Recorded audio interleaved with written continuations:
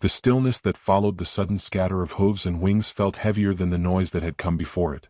Dust lingered low in the air, drifting slowly back toward the ground as if uncertain whether it was safe to settle. Grass blades that had been flattened by fleeing bodies began to rise again, trembling slightly in the warm breeze. Somewhere beyond the tall reeds, insects resumed their faint, tentative rhythm.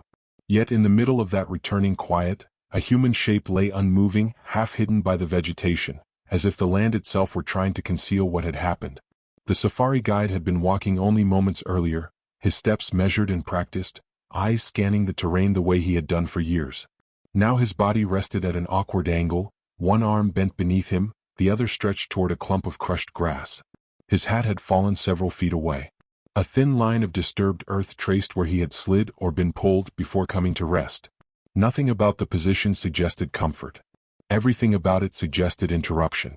Far off, beyond a rise in the land, a low, distant sound faded into nothing. It was not a roar, not fully.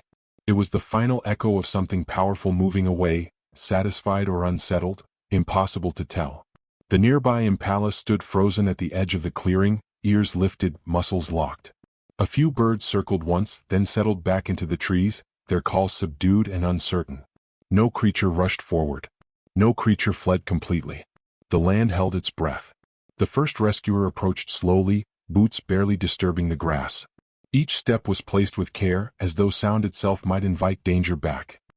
He paused often, scanning the horizon, reading the slight movements of animals that still lingered at a distance.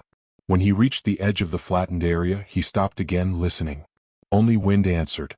"It's okay, easy now," he murmured, barely louder than the rustle of leaves. Two more figures followed, spacing themselves apart, forming a loose arc around the fallen guide. Their hands remained low, relaxed, ready but not tense. They knelt only when they were certain the space was clear. One reached gently for the guide's wrist, fingers searching for rhythm beneath sun-warmed skin. Another brushed away grass from his face, revealing closed eyes and shallow, uneven breaths. The guide's chest rose and fell with effort, each movement small and hesitant. A faint tremor passed through his shoulders, like the aftershock of fear or pain finally finding a way out. His lips parted slightly, releasing a quiet sound that was neither a word nor a cry. It was simply proof that he was still present, still holding on. Around them, the animals began to move again. A zebra lowered its head to graze, cautiously at first. A herd shifted farther downslope, hooves soft against dry soil.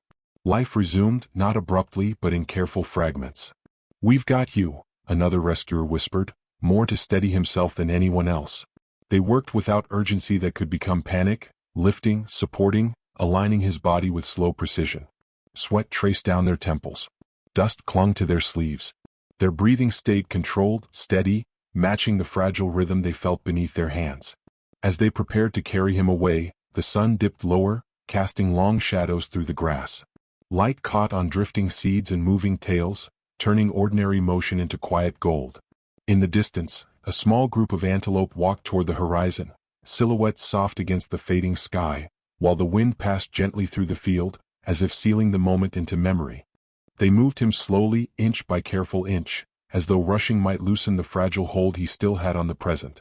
Two rescuers supported his shoulders and spine, another steadied his legs, and a fourth walked slightly ahead, parting grass and scanning for any sign of returning danger. The guide's body yielded to their hands, heavy with exhaustion and shock. His breathing remained shallow, each breath arriving late, leaving again too soon, like waves that no longer reached the shore. As they lifted him, the ground beneath revealed what had been hidden. Clawed marks scored the dry soil in curved, uneven lines. A patch of flattened grass bore darkened stains, still damp, still warm. Nearby, a small cluster of feathers lay scattered, remnants of a bird that had crossed the wrong path moments earlier. The signs were not dramatic, not chaotic. They were precise, efficient, unmistakable. A lion had passed through here recently, moving with purpose, leaving only fragments of evidence behind. No one spoke about it. They did not need to. The guide stirred faintly as they adjusted their grip. His head rolled slightly to one side, cheek brushing against a rescuer's sleeve. His eyelashes fluttered without opening. A soft rasp escaped his throat, followed by a long pause that made every person around him hold their breath. Then finally, another shallow inhale arrived. "Stay with us," one of them whispered, barely shaping the words. They continued forward, feet finding rhythm over uneven ground. Sweat darkened the backs of their shirts. Muscles tightened and released in steady cycles. Each step was calculated, each movement restrained. Time no longer felt like something that flowed. It felt thin, stretched, fragile, as though it might tear if handled roughly. The animals nearby kept their distance. A few impalas lingered at the edge of vision, watching with wide, alert eyes before slipping away into taller grass. Birds flew low and silent. Even insects seemed subdued, their buzzing muted, as if the land itself understood the delicacy of the moment. It was only after several minutes that someone noticed the buffalo. He stood alone near a cluster of thorn trees, massive and unmoving, his dark hide catching faint light between drifting shadows. His head was slightly lowered, curved horns framing a steady, unblinking gaze. He did not snort or shift his hooves. He did not retreat. He simply watched. From a distance he looked like part of the landscape, another boulder or stump shaped by time. Yet his presence carried weight. A survivor of countless dry seasons and hidden threats, he observed the small procession with quiet authority, as though measuring it against memories no one else could see. The rescuers did not notice him at first. Their focus remained fixed on the guide's breathing, on the tension in his limbs, on the way his chest struggled to rise. One adjusted the cloth beneath his head. Another wiped dust from his lips. A third checked his pulse again, nodding faintly when it persisted. "You're almost there," someone murmured. Behind them, the buffalo shifted one foreleg, sending a soft puff of dust into the air. The sound was barely audible. Then he turned slowly, deliberately, and disappeared into the trees, leaving no more than bent grass and fading warmth where he had stood. Ahead, the land opened toward safer ground. The light softened as clouds drifted across the sun, and shadows stretched longer across the path. Wind moved through the grass in slow waves, brushing against their legs and carrying away the last traces of danger, while the guide's uneven breathing continued, fragile but present, threading quietly through the vastness around them. The sound of distant engines reached them before the vehicles appeared, low and steady, rolling softly across the open land. It blended with the wind and the rustle of grass, never rising into urgency. When the emergency team finally came into view, moving slowly along a narrow track, their approach felt less like an arrival and more like a careful joining of what was already unfolding. Dust lifted behind their tires in pale ribbons, then drifted back down, settling over leaves and stone. The rescuers paused only briefly before guiding the team forward. Hands exchanged quiet signals. A stretcher was unfolded with practiced gentleness. No metal clanged. No voice was raised. The injured guide was lowered with deliberate care, his body supported at every point, his head cushioned, his limbs aligned.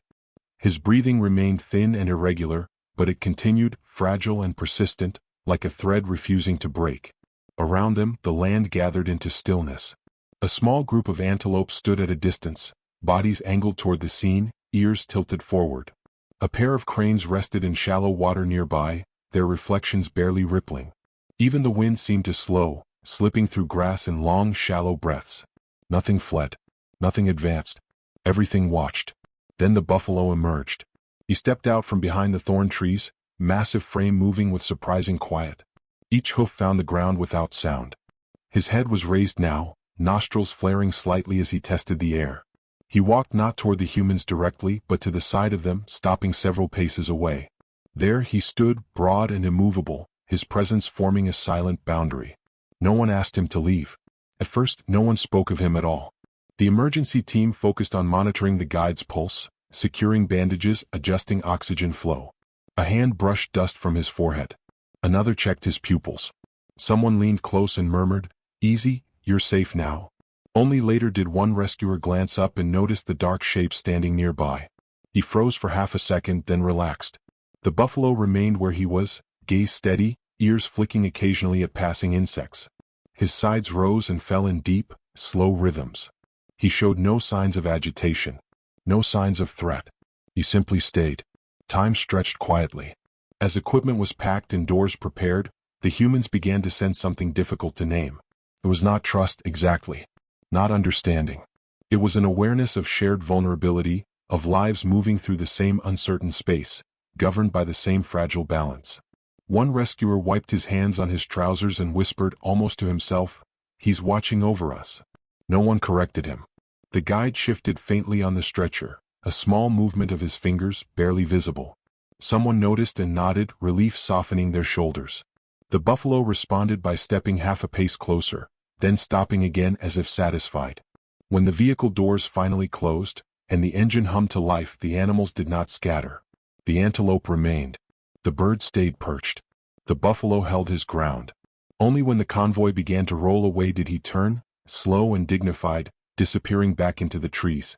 Behind him, grass swayed gently in his wake, and above it all, the late afternoon light settled softly over the land, binding humans and animals alike in a moment that would linger long after the dust had faded.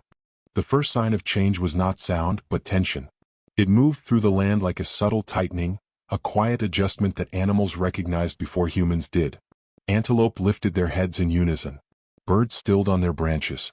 Even the wind seemed to hesitate, breaking its steady rhythm. Somewhere beyond the low ridge, grass parted without haste, and something heavy began to move with deliberate intent. The emergency vehicles had not yet departed. Final straps were being checked.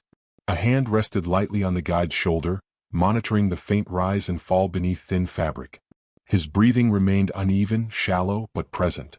Each breath felt borrowed, precious. Then a shape emerged. At first, it was only a shadow sliding between sunlit stalks. Then the curve of a back, the slow roll of powerful shoulders, the controlled placement of padded paws. The lion stepped into partial view, mane catching fragments of light, eyes steady and unreadable.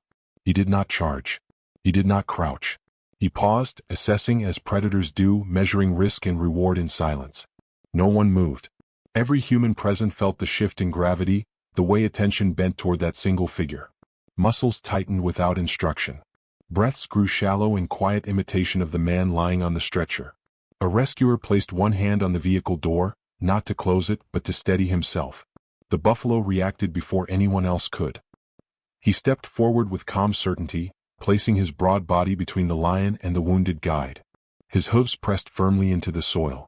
His head lowered slightly, horns angled not in aggression, but in unwavering readiness. Dust lifted around his legs, settling slowly against his dark hide. He did not snort. He did not charge. He stood. The lion halted. For several long seconds, the two animals faced one another across a narrow stretch of grass. The buffalo's breathing remained deep and steady. His muscles held firm beneath thick skin marked by old scars. The lion's tail flicked once, then stilled. His ears rotated forward and back, gathering information, recalculating. This was not a display meant for spectacle. It was a quiet negotiation written in posture and presence. A rescuer whispered almost without sound, "Stay, just stay." No one knew who it was meant for. The buffalo shifted his weight slightly, adjusting his stance without retreat. The movement sent a clear message. The space behind him was not open. It was claimed. The lion lowered his head a fraction, eyes narrowing. He took one slow step to the side, testing the boundary. The buffalo mirrored him, maintaining position with patient precision.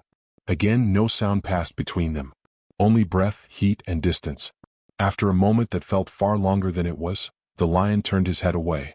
He lingered briefly, scanning the broader landscape, committing the scene to memory.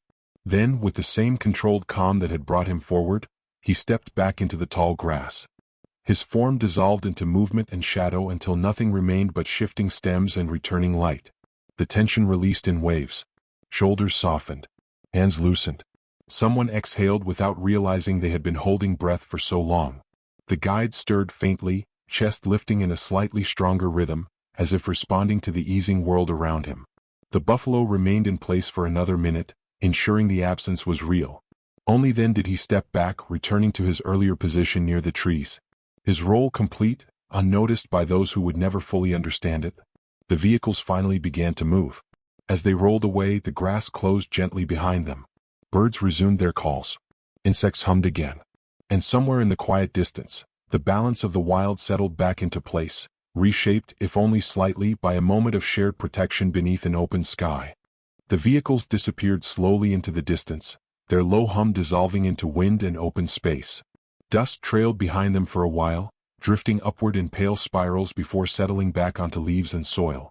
When the sound was finally gone, what remained was not emptiness, but a deep, returning quiet, layered with breath, movement, and the faint pulse of life continuing. The wounded guide was no longer there. Only flattened grass marked where he had lain. A faint impression remained in the earth where the stretcher had rested. Strands of fabric caught briefly on thorns fluttered once, then fell still. The land accepted the absence without hesitation as it always did, reshaping itself around what had passed through. The rescuers stood for a moment longer after the convoy vanished. No one spoke. They removed their gloves. One wiped dust from his wrists. Another rested his hands on his hips and stared toward the horizon, eyes unfocused. Their faces held no triumph, no celebration. Only quiet relief mixed with something heavier, something that would take time to understand. One of them murmured softly, "He'll make it." It was not said with certainty. It was said with hope. Nearby, the buffalo remained where he had been, dark shape steady against the softening light. His sides rose and fell in slow, powerful rhythms. The tension that had once tightened his muscles had eased. His ears turned occasionally toward distant sounds, toward familiar calls carried faintly on the breeze. From beyond a low ridge, his herd began to appear. First came one silhouette, then another. Broad backs emerged through shimmering air. Tails flicked lazily. Hooves pressed into the earth with the unhurried confidence of animals returning from watchfulness to routine. They moved together, loosely clustered, bound by invisible threads of memory and instinct. The buffalo turned his head toward them. He paused as if marking the moment. Then he stepped forward. His movement was unremarkable, almost ordinary. No grand display. No lingering glance backward. He simply walked, body heavy and sure, crossing the space that had briefly become something more than territory. When he reached the others, they made room without ceremony. One brushed against his flank. Another flicked an ear in acknowledgement. He merged seamlessly into their slow procession. Within seconds, he was no longer distinguishable from the rest. Just another presence among many. The humans gathered their remaining equipment. Straps were folded. Empty stretchers were secured. Boots brushed against grass as they turned away. Their steps were quiet, measured, as if unwilling to disturb what had returned. They left without ceremony. Behind them, the savanna resumed its rhythm. Antelope grazed in loose arcs. Birds dipped and rose through warming air. Insects stitched faint patterns of sound into the afternoon. Wind passed through tall grass in long, patient waves, smoothing the last signs of disturbance. Light softened toward evening, spreading gold across distant hills. Shadows lengthened and intertwined. Somewhere far off, a herd moved as one, dark shapes flowing across open land. And in the space where danger, fear, and rare protection had briefly converged, only quiet remained, steady, breathing, alive, holding the memory without needing to speak it.